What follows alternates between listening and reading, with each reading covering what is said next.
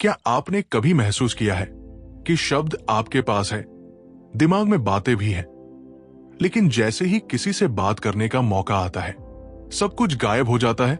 कभी किसी पार्टी में अकेले खड़े रह गए हों, कभी मीटिंग में कुछ कहना चाहते हो लेकिन आवाज अंदर ही दब गई हो, और कभी सोचा हो काश मैं भी आसानी से लोगों से बात कर पाता। अगर हाँ, तो आज की ये ऑडियो बुक आपकी जिंदगी बदल सकती है, क्योंकि आज हम बात करने वाले हैं एक ऐसी किताब की जो आपको सिखाती है किसी से भी कहीं भी बिना डर और बिना झिझक के बात कैसे करें। आज हम जिस किताब की बात कर रहे हैं उसका नाम है how to talk to anyone, और इसे लिखा है ले लोन्स ने। यह किताब सिर्फ बातचीत की नहीं है, ये किताब है लोगों के दिल तक पहुंचने की।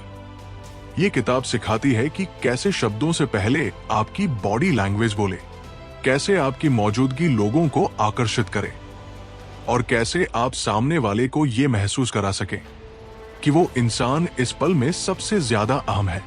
अगर आप स्टूडेंट हैं, प्रोफेशन है, इंटरव्यू देते हैं, सेल्स में हैं, या बस अपनी पर्सनैलिटी को बेहतर बनाना चाहते हैं, तो ये किताब आपके लिए है।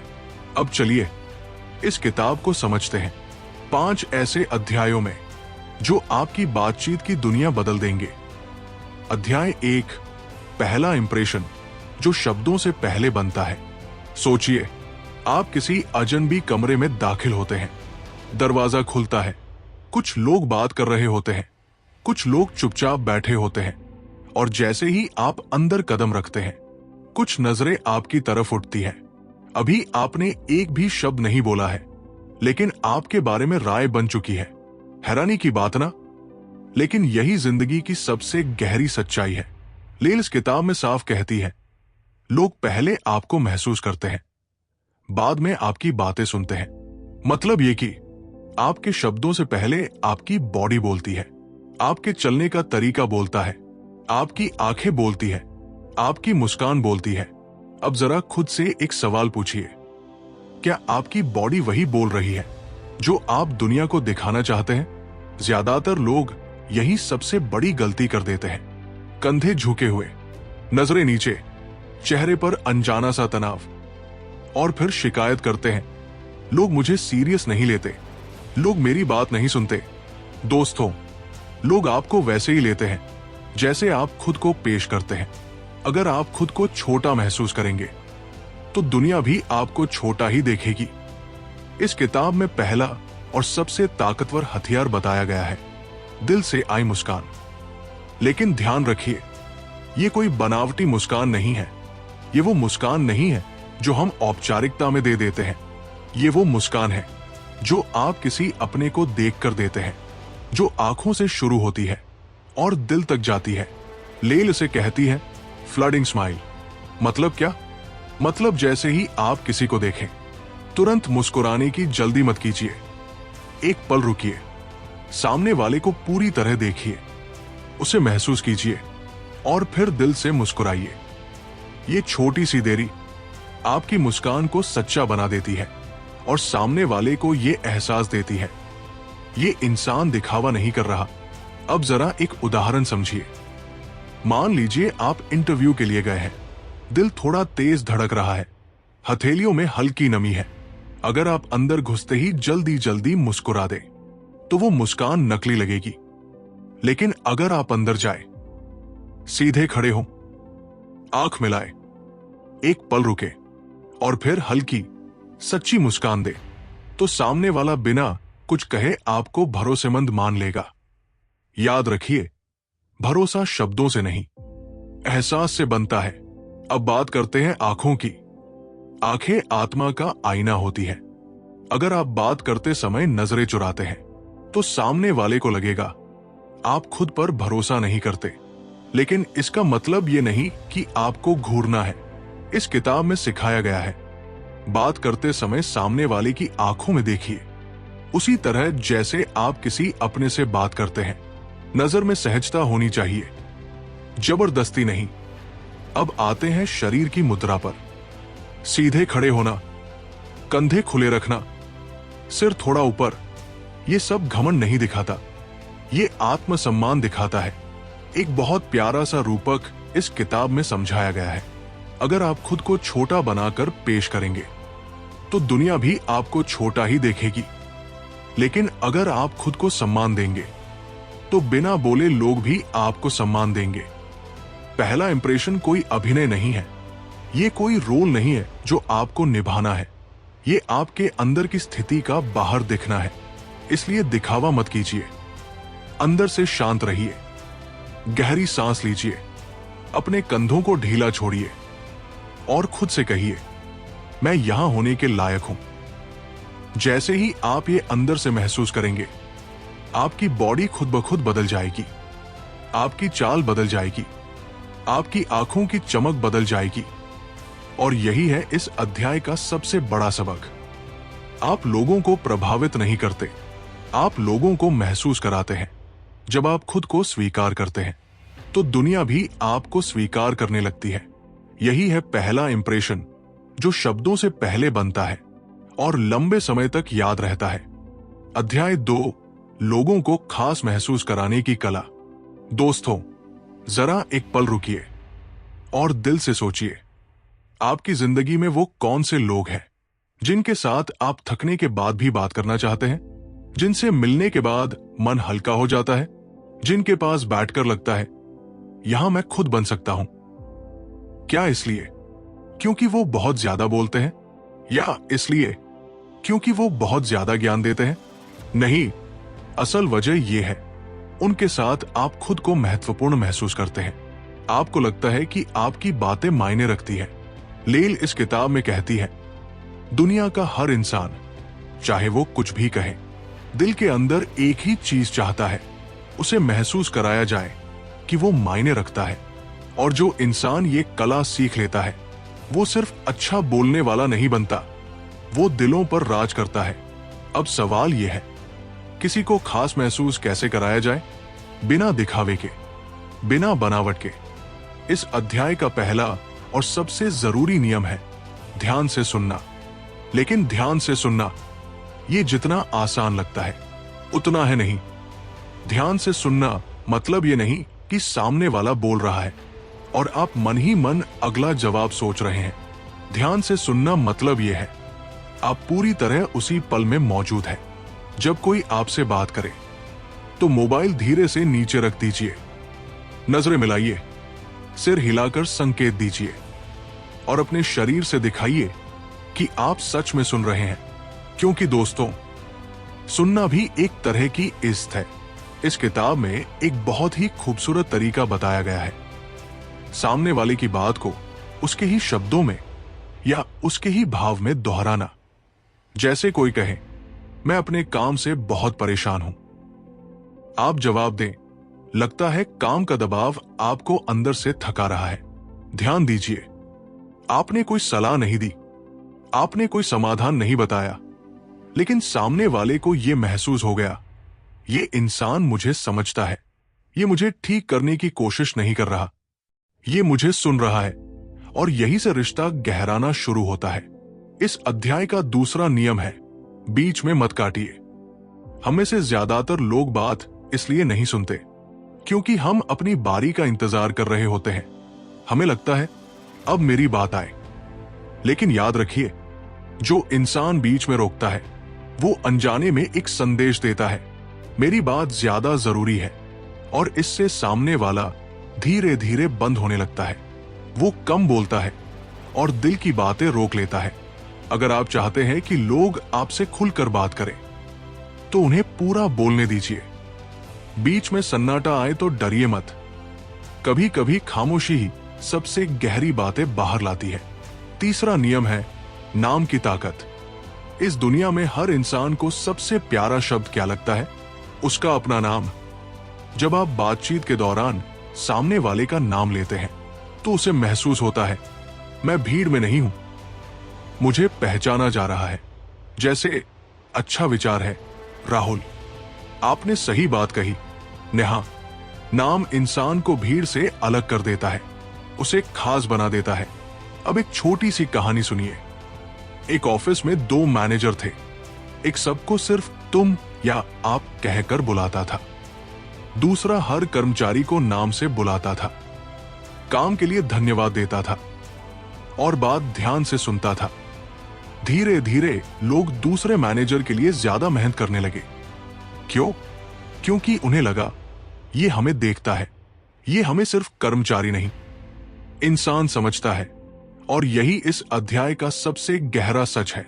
आप जितना ज्यादा सामने वाले को महत्व देंगे, वो उतना ही ज्यादा आपसे जुड़ता जाएगा। किसी को खास महसूस कराने के लिए न तो महान शब्दों की जरूरत होती है, न ही किसी चालाकी की। जरूरत होती है सच्चे ध्यान की, ईमानदार मौजूदगी की। और जब आप दिल से सुनते हैं तो सामने वाला बिना कहे समझ जाता है, आज इस पल में मैं जरूरी हूं। यही है लोगों को खास महसूस कराने की असली कला। अध्याय 3, बातचीत की शुरुआत कैसे करें बिना अजीब बने। दोस्तों, अक्सर जब हम कहते हैं कि मुझे बातचीत करना नहीं आता, तो असल में समस्या बातचीत करने की नहीं होती। समस्या होती है शुरुआत करने की। पहला वाक्य, पहला शब्द, पहली हिम्मत। हम मन ही मन कई सवाल पूछते रहते हैं। क्या बोलूं? कहीं अजीब तो नहीं लगेगा? अगर सामने वाला इग्नोर कर दे तो? अगर उसने जवाब ही नहीं दिया तो? और इन्हीं सवालों के बोझ तले हम चुप रह जाते हैं। बातचीत हमारे अंदर ही मर जाती है बिना शुरू हुए। लेल इस अध्याय में एक बहुत सुकून देने वाली बात कहती है। बातचीत शुरू करने के लिए परफेक्ट लाइन नहीं चाहिए। ये एक ऐसा वाक्य है जो दिल से डर निकाल देता है, क्योंकि सच ये है, परफेक्ट लाइन नाम की कोई चीज दुनिया में होती ही नहीं। जो लोग आसानी से बात शुरू कर लेते हैं, वो कोई जादुई शब्द नहीं जानते, वो कोई महान वक्ता नहीं होते। वो बस इतना करते हैं, डर को खुद पर हावी नहीं होने देते। इस अध्याय का पहला और सबसे आसान सबक है, अपने आसपास से बात शुरू करो। आप जहां खड़े हैं, जो हो रहा है, जो आप और सामने वाला दोनों देख रहे हैं, उसी पर बात कर दीजिए।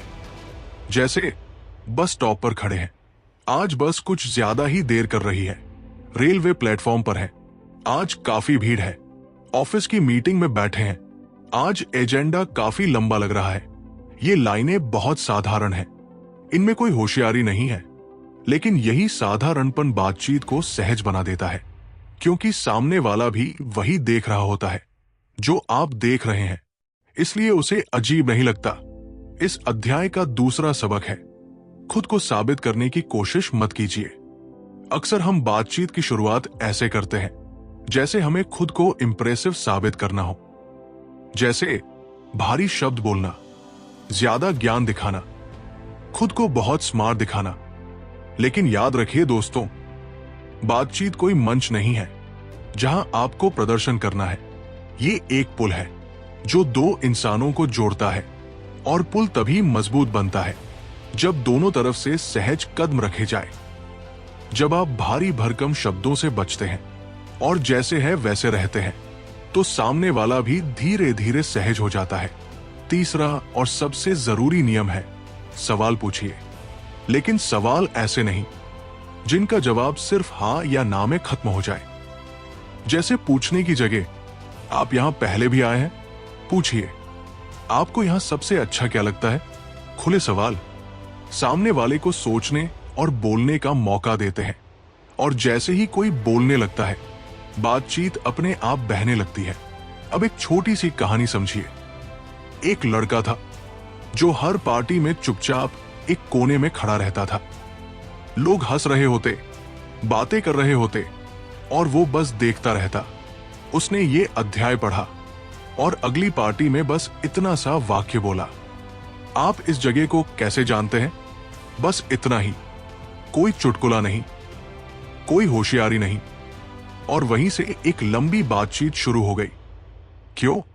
क्योंकि उस वाक्य में सच्ची जिज्ञासा थी।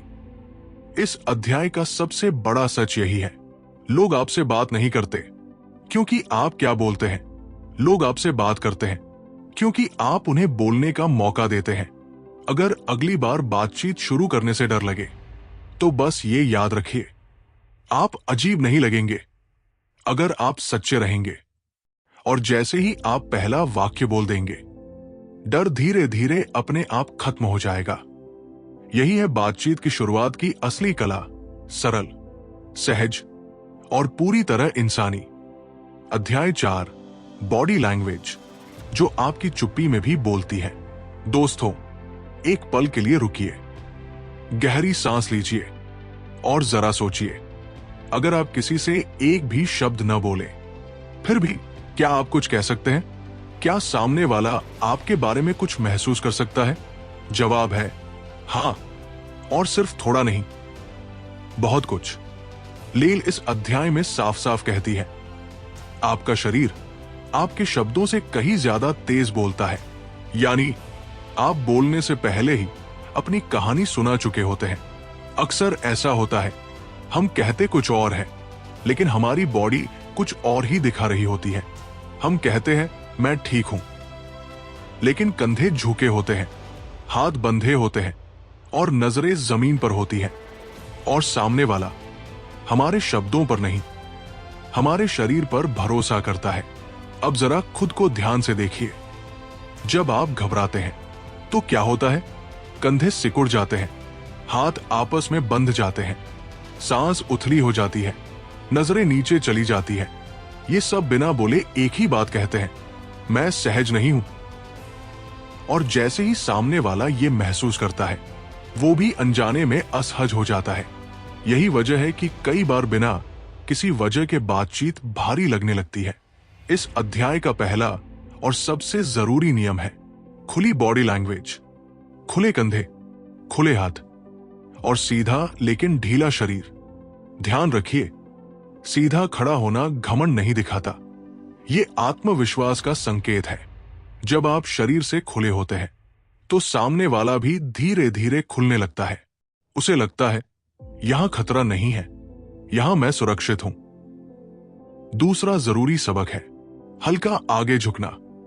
जब कोई आपसे बात कर रहा हो और आप हल्का सा उसकी तरफ झुकते हैं, तो बिना कुछ कहे यह संदेश जाता है, मैं यहां हूं, मैं सुन रहा हूं। यह छोटा सा झुकाव सामने वाले को सुना हुआ महसूस कराता है। और जब इंसान को लगता है कि उसे सुना जा रहा है, तो वो खुलकर बोलता है। अब बात करते हैं आंखों की। आंखें सिर्फ देखने के लिए नहीं होती, आंखें जुड़ने का जरिया होती है। आंख मिलाना जरूरी है, लेकिन घूरना नहीं। जैसे आप किसी अपने से शांत मन से बात करते हैं, वैसी ही सहज नजर चुराना डर दिखाता है और बहुत ज्यादा घूरना दबाव पैदा करता है। संतुलन ही विश्वास बनाता है। इस अध्याय में एक और कमाल की तकनीक सिखाई गई है, मिरर करना। मतलब सामने वाला जिस तरह बैठा है, कुछ समय बाद आप भी वैसा ही बैठ जाए। वो जिस गति से बोल रहा है, आप भी धीरे धीरे उसी लय में आ जाए। ये नकल नहीं है, ये तालमेल है। और तालमेल अनजाने में अपनापन पैदा करता है। एक छोटा सा उदाहरण समझिए। दो लोग पहली बार मिलते हैं। शुरुआत में बातचीत औपचारिक होती है, शरीर सख्त होता है, आवाज थोड़ी कड़ी होती है। लेकिन जैसे जैसे बॉडी लैंग्वेज मिलती है, हाथ खुलते हैं, कंधे ढीले पड़ते हैं, आवाज नरम होती है, वैसे वैसे बातचीत औपचारिकता से निकलकर दोस्ती की तरफ बढ़ने लगती है। यही बॉडी लैंग्वेज का जादू है और इस अध्याय का सबसे गहरा संदेश यही है। अगर आप चाहते हैं कि लोग आपकी बातों पर भरोसा करें, तो पहले आपकी चुप्पी भरोसेमंद होनी चाहिए। शब्द बाद में आते हैं, पहले शरीर बोलता है। जब आपका शरीर शांत होगा, खुला होगा और सहज होगा, तो बिना कुछ कहे भी आप बहुत कुछ कह देंगे। यही है बॉडी लैंग्वेज, जो आपकी चुप्पी में भी बोलती है। अध्याय 5, बातचीत को यादगार कैसे बनाएं। दोस्तों, अब जरा ईमानदारी से रुककर सोचिए। कोई जल्दी नहीं है। आपकी जिंदगी में कितने लोग आए जिनसे आप मिले, थोड़ी देर बात की, हंसे, सिर हिलाया और फिर समय के साथ उन्हें भूल गए। नाम याद नहीं रहा, चेहरा धुंधला पड़ गया और वो मुलाकात एक सामान्य सी याद बनकर रह गई। लेकिन कुछ लोग ऐसे भी होते हैं जिनसे सिर्फ एक बार बात होती है और फिर भी उनकी मौजूदगी दिल में रह जाती है। उनकी कही हुई बात नहीं, बल्कि उनके साथ बिताया हुआ एहसास। सवाल यह है, आखिर फर्क कहां पड़ता है? लेल इस आखिरी अध्याय में यही राज खोलती है।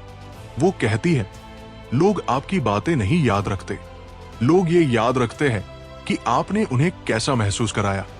यही एक पंक्ति पूरी किताब का सार है। यही है बातचीत को यादगार बनाने की असली कुंजी।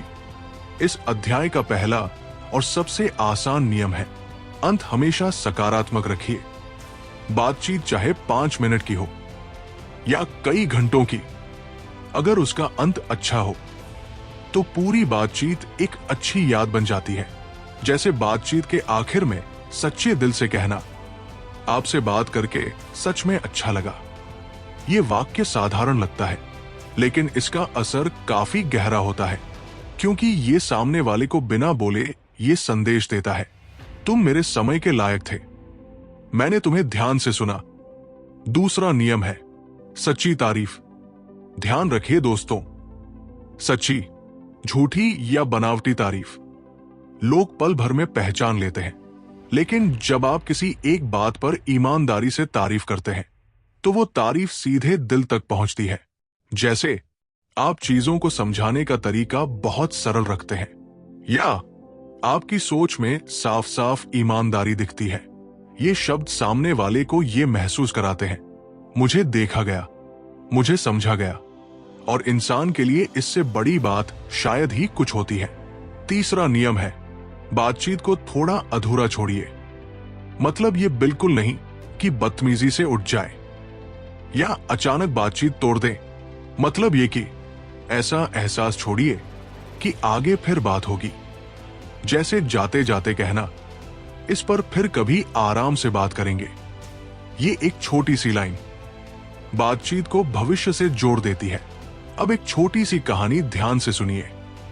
2 लोग एक सेमिनार में मिले। दोनों ने एक ही सेशन सुना। एक ने बस हाथ मिलाया, मुस्कुराया और चला गया। दूसरे ने जाते जाते इतना सा कहा, आपकी बातों से मुझे सोचने का नया तरीका मिला। कुछ दिन बाद पहला इंसान याद ही नहीं रहा, लेकिन दूसरा, उसके शब्द, उसका सम्मान आज भी याद रहा। क्यों? क्योंकि उसे महत्व महसूस हुआ। और यही इस अध्याय का सबसे गहरा सच है। आप जितना सम्मान देंगे, लोग उतना ही आपको याद रखेंगे।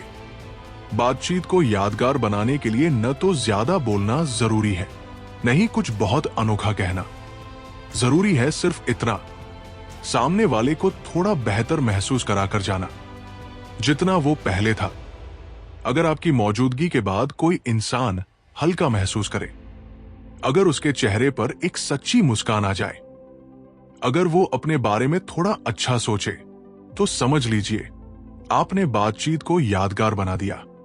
और यही है इस किताब का अंतिम संदेश। अच्छा बोलने वाला हर कोई बन सकता है, लेकिन अच्छा महसूस कराने वाला बहुत कम। और जब आप ये कला सीख लेते हैं, तो लोग खुद ब खुद आपको ढूंढने लगते हैं। अगर आप यहां तक हमारे साथ बने हुए हैं, तो सच में स्वागत है। आप उन गिने चुने लोगों में से हैं जो सिर्फ सुनना नहीं चाहते, बल्कि अपनी जिंदगी में कुछ बदलना चाहते हैं। अब हम बात करेंगे इस किताब की कुछ ताकतवर पंक्तियों की, और फिर उन व्यावहारिक सीखों की जो आप आज से, अभी से अपनी जिंदगी में उतार सकते हैं। Number 1, people don't remember what you said, they remember how you made them feel. इस पंक्ति में लेखक हमें एक बहुत गहरी सच्चाई बताते हैं। लोग आपकी बातें भूल सकते हैं, आपके शब्द मिट सकते हैं, लेकिन आपने उन्हें कैसा महसूस कराया, वो एहसास दिल में रह जाता है। इसलिए हर बातचीत में ये सोचिए, मैं सामने वाले को कैसा महसूस कराकर जा रहा हूं। Number 2, the biggest mistake in communication is trying to impress instead of connect. यहां लेखक कहते हैं, जब हम सामने वाले को प्रभावित करने की कोशिश करते हैं तो जुड़ नहीं पाते, लेकिन जब हम जुड़ने की कोशिश करते हैं तो अपने आप प्रभाव छोड़ देते हैं। सच्चा रिश्ता दिखावे से नहीं, ईमानदारी से बनता है। Number 3, listening is the highest form of respect.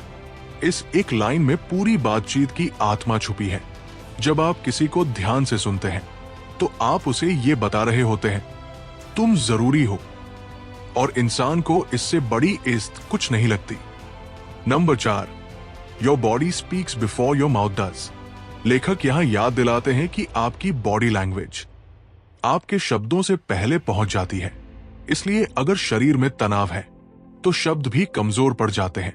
शांत शरीर आत्मविश्वास की सबसे पहली निशानी है। Number 5, confidence is not loud, it is काम। ये पंक्ति बहुत कुछ सिखा देती है। आत्मविश्वास का मतलब ऊंची आवाज नहीं, बल्कि अंदर की शांति है। जो इंसान खुद में स्थिर होता है वो बिना ज्यादा बोले भी असर छोड़ देता है। लेसन 1, हर बातचीत का अंत अच्छा रखें। जब भी किसी से बात खत्म करें तो एक सकारात्मक वाक्य जरूर कहें, जैसे आपसे बात करके अच्छा लगा। ये छोटी सी आदत आपको यादगार बना देती है। लेसन 2, सुनने को अपनी ताकत बनाइए। अगली बार जब कोई आपसे बात करे तो बीच में न टोके, पूरा सुने। सलाह देने से पहले समझने की कोशिश करें। ये आदत रिश्तों को गहरा बना देती है। लेसन 3, शरीर को खुला रखें। सीधे खड़े रहें, हाथ खुले रखें और आंखों में सहज नजर रखें। ये संकेत सामने वाले को सुरक्षित महसूस कराते हैं। लेसन 4, सवाल पूछना सीखिए।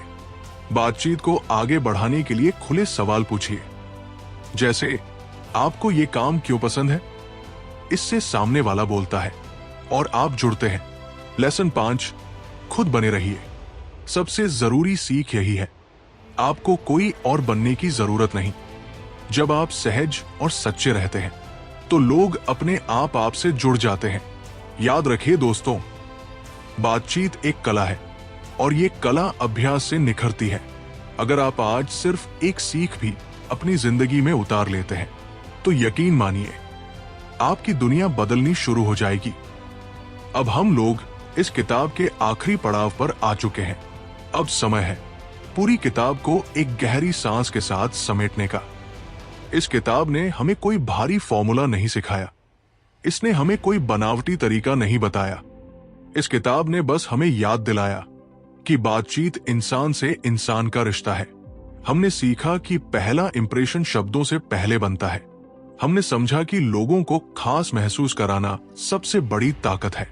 हमने जाना कि बातचीत की शुरुआत हिम्मत से नहीं, सहजता से होती है। हमने महसूस किया कि हमारी बॉडी लैंग्वेज हमारी चुप्पी में भी बोलती है। और सबसे आखिर में ये समझा कि लोग हमारी बातों को नहीं, हमारे दिए हुए एहसास को याद रखते हैं। इस किताब का सबसे बड़ा संदेश यही है, आपको किसी से भी बात करने के लिए खुद को बदलने की जरूरत नहीं।